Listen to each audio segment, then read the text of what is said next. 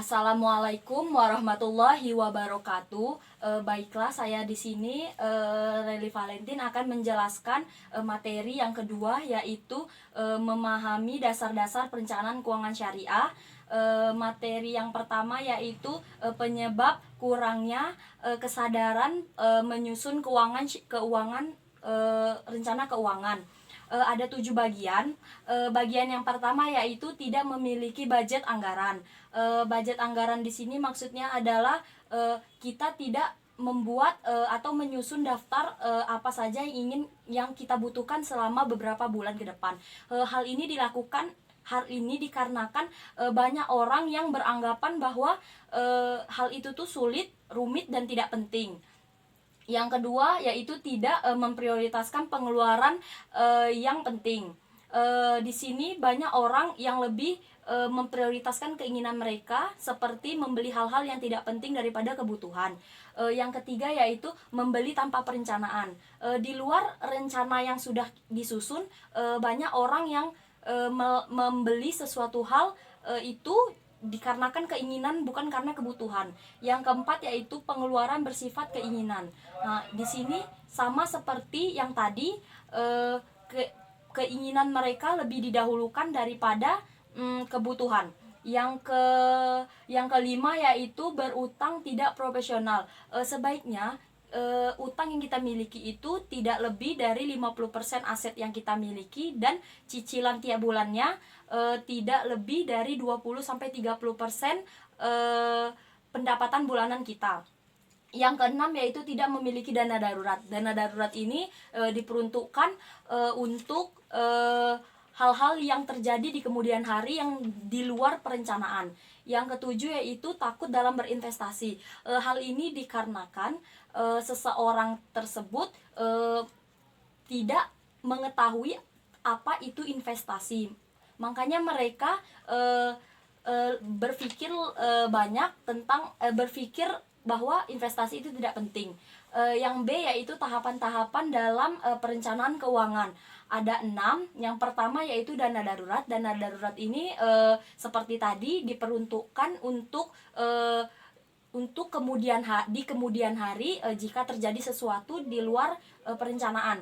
Yang kedua yaitu perencanaan proteksi. Artinya bagaimana kita memilih asuransi yang baik dan tepat, baik asuransi jiwa, asuransi kesehatan, maupun asuransi kerugian.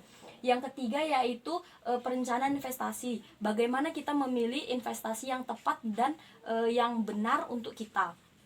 Yang keempat yaitu perencanaan pajak. Kita harus membayar pajak sesuai dengan aturan yang berlaku dan tidak menunda-nundanya. Yang kelima yaitu perencanaan pensiun. Kita harus mempersiapkan dana pensiun untuk masa tua kita agar terjamin. Yang keenam yaitu perencanaan waris. Perencanaan waris di sini adalah bagaimana kita mempersiapkan untuk keturunan kita, apakah kita ingin mewariskannya atau menghibahkannya kepada orang yang lebih membutuhkan.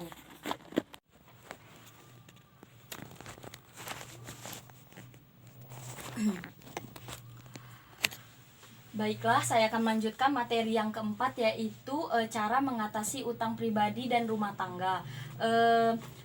Materi yang pertama yaitu kriteria dalam berutang. Ada 8. Yang pertama, utang tidak boleh mendatangkan keuntungan bagi si pemberi utang karena ditakutkan keuntungan tersebut termasuk dalam riba. Yang kedua yaitu kebaikan seharusnya dibalas kebaikan. Maksudnya di sini adalah yang menghutang tidak boleh memberikan keuntungan melainkan kebaikan. Yang ketiga yaitu berutang dengan niat yang baik. Jika seseorang berutang dengan tujuan yang buruk, maka seseorang tersebut telah berbuat zalim dan berbuat dosa. Yang keempat yaitu utang tidak boleh disertai dengan jual beli karena ditakutkan jika ada keuntungan itu akan termasuk dalam riba. Yang kelima yaitu wajib membayar utang. Utang adalah suatu kewajiban seseorang, di mana kewajiban tersebut tidak akan hilang sebelum dia melunasinya. Yang keenam yaitu jika terjadi keterlambatan karena kesulitan keuangan, hendaklah orang yang berutang itu memberitahu kepada si pemberi utang bahwa dia akan terlambat. Yang ketujuh yaitu berusaha mencari solusi sebelum berutang. Pastikan bahwa berutang ini adalah solusi terakhir. Yang kedelapan yaitu menggunakan uang sebaik mungkin. Dikarenakan kita sudah berutang, sebaiknya uang yang hasil utang itu kita pergunakan sebaik mungkin dan tidak digunakan untuk melakukan dosa. Yang B yaitu kiat menghadapi utang pribadi dan rumah tangga. Ada 10, yaitu yang pertama, prioritaskan melunasi utang dengan bunga yang besar dulu, baru yang kecil.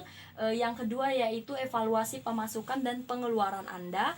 Pastikan bahwa Anda bisa melunasi hutang dengan pemasukan Anda. Yang ketiga yaitu membuat anggaran dan mulai melunasi hutang. Anda membuat suatu daftar, lalu Anda mulai untuk melunasinya. Yang keempat yaitu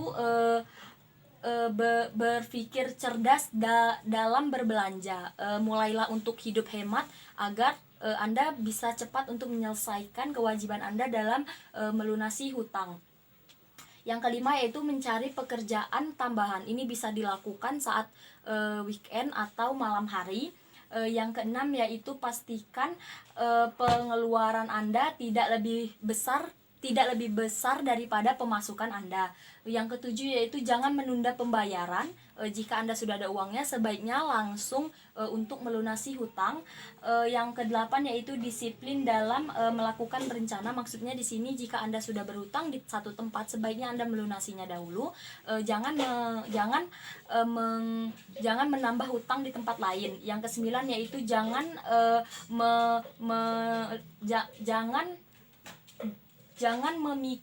memikirkannya setiap waktu. Jangan memikirkan setiap waktu karena itu akan menambah kesetresan Anda dan tidak akan menemukan jalan keluarnya. Yang ke-10 yaitu meminta dukungan keluarga. Di saat kita mendapatkan dukungan keluarga, maka kita akan lebih semangat untuk melunasi hutang tersebut. Yang ke-C yaitu melunasi utang kartu kredit dan rentenir. Ada 6 cara. Yang pertama, stop gunakan kartu kredit untuk sementara. Ini memang tidak akan melunaskan hutang Anda, tetapi setidaknya akan mengurangi nominal hutang Anda. Yang kedua yaitu buat skala prioritas yang mau dilunasi. Baik itu dari bunga yang besar dulu Anda akan lunasi atau dari bunga yang kecil, yang penting Anda mulai untuk melunasinya. Yang ketiga yaitu gali lubang kecil untuk menutup lubang yang besar. Maksudnya di sini Anda bisa meminjam ke tempat lain, tapi pastikan bunga yang ada di tempat Anda berutang baru ini tidak lebih besar daripada bunga di tempat yang lama. Yang keempat yaitu jual aset atau pakai tabungan. Lebih baik kita tidak memiliki apa-apa daripada kita mempunyai hutang yang membuat tidur kita menjadi tidak nyenyak. Yang kelima yaitu mencari pemasukan tambahan. Seperti yang saya katakan tadi bahwa ini bisa dilakukan saat weekend atau hari libur atau malam hari setelah Anda melakukan pekerjaan rutin. Yang keenam yaitu negosiasikan dengan pihak bank. Negosiasikan dengan pihak bank ini maksudnya adalah bahwa Anda bisa mendatangkan pihak bank untuk agar bunga tidak semakin besar dan Anda bisa melakukan pembayaran untuk melunasinya. Saya akan melanjutkan materi yang kelima yaitu memahami kiat memilih investasi. Materi yang pertama yaitu perlunya investasi. Orang kaya sekalipun masih butuh investasi untuk menjaga aset-asetnya. Maka dari itu pentingnya investasi ini untuk menjaga aset mereka agar hidupnya itu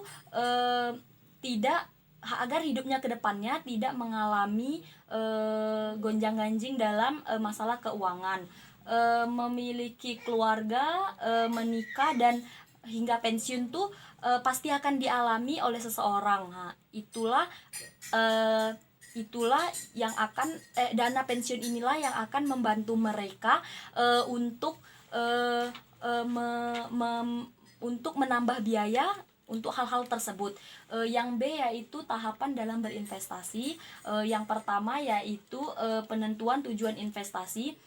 Setiap investor pasti memiliki tujuan yang berbeda-beda. Nah, tergantung dengan tujuan Anda untuk apa Anda berinvestasi. Yang kedua yaitu tetapkan kebijakan investasi. Dalam menentukan kebijakan ini, Anda sebagai investor perlu memperhatikan batasan-batasan yang ada, seperti batasan yang dapat mempengaruhi kebijakan investasi, seperti jumlah dana yang Anda miliki, serta beban pajak dan pelaporan yang harus ditanggung. Yang ketiga yaitu memilih strategi portofolio. Ada dua, strategi portofolio aktif dan pasif. Kalau yang aktif ini meliputi kegiatan penggunaan informasi yang tersedia dan teknik estimasi. Kalau yang pasif ini aktivitas investasi pada portofolio yang sering dan dengan kinerja indeks pasar. Kalau yang keempat yaitu pemilihan aset. Pemilihan aset ini bertujuan untuk mendapatkan kombinasi portofolio yang terbaik. Yang selanjutnya, yang kelima yaitu mengatur dan mengevaluasi kinerja portofolio. Jika Anda mendapatkan kinerja portofolio yang telah Anda pilih sebelumnya ternyata jauh dari harapan yang telah Anda tetapkan sebelumnya, maka Anda perlu memulai proses pembuatan keputusan dari awal lagi. Baiklah, yang C yaitu memilih produk investasi. Yang pertama yaitu sehat kondisi keuangan. Bagaimana mungkin Anda berinvestasi jika memenuhi kebutuhan hidup saja Anda susah? Maka sebaiknya sebelum Anda berinvestasi, Anda harus memastikan keuangan Anda stabil. Yang kedua yaitu memiliki dana darurat. Dana darurat ini jika uang yang ingin Anda investasikan terpakai, jadi Anda bisa menggunakan dana darurat untuk berinvestasi. Yang ketiga yaitu cek profil resiko. Sebagai calon investor wajib mengetahui profil resiko untuk menemukan instrumen investasi yang dipilih. Yang keempat yaitu tentukan tujuan keuangan. Maksudnya di sini adalah tentukan dahulu tujuan keuangan yang ingin dicapai, kapan dan berapa dananya, karena investasi ini tidak bisa jika kita memerlukan besok kita akan mendapatkannya, itu tidak bisa. Jadi investasi ini ada jangka-jangkanya. Yang kelima yaitu pilih produk. Pelajari terlebih dahulu produk dan lembaga keuangan yang mengeluarkan produk tersebut. Pastikan produk tersebut bukan jenis investasi abal-abal yang akan merugikan Anda. Materi yang keenam yaitu memahami konsep studi kelayakan bisnis dan keuangan. Melakukan studi untuk mengetahui prospek dari suatu produk bisnis ditinjau dari berbagai aspek yang nantinya akan menjadi dasar apakah suatu proyek tersebut dapat dilanjutkan atau tidak. Nah, ada 4 cara. Yang pertama, anggaran. Proyek tidak akan berjalan sesuai dengan keinginan kita jika anggaran yang kita miliki itu tersendat atau kurang. Yang kedua yaitu bahan, material, dan alat konstruksi. Alat dan bahan baik berupa material dan pendukungnya sangatlah penting pada perusahaan konstruksi. Ada beberapa hal yang perlu dicermati pada bagian ini, maka dari itu waktu datangnya itu kita harus tahu dan harus sesuai dengan yang telah disepakati sebelumnya. Yang ketiga yaitu sumber daya manusianya.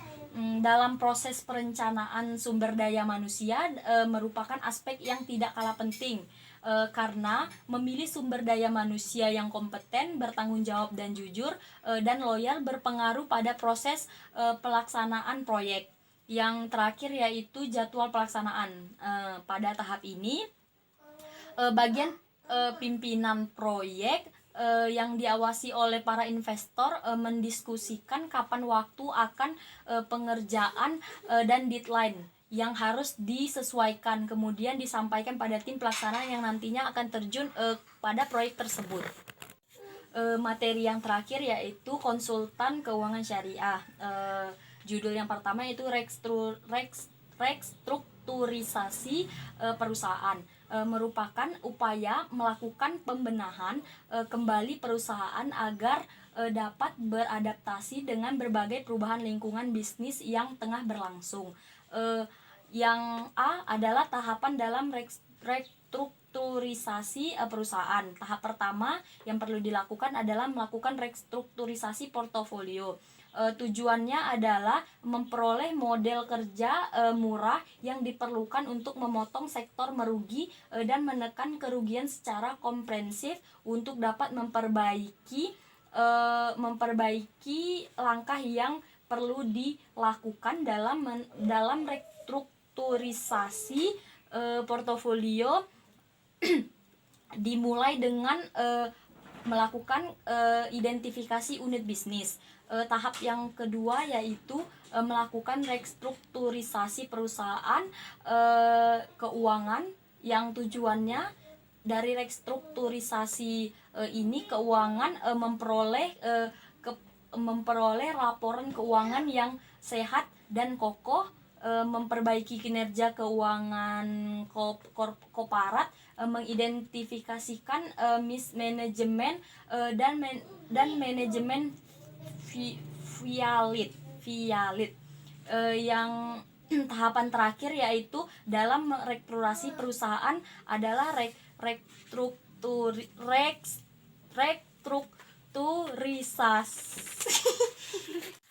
tahapan restrukturisasi yang terakhir yaitu restrukturisasi manajemen atau organisasi.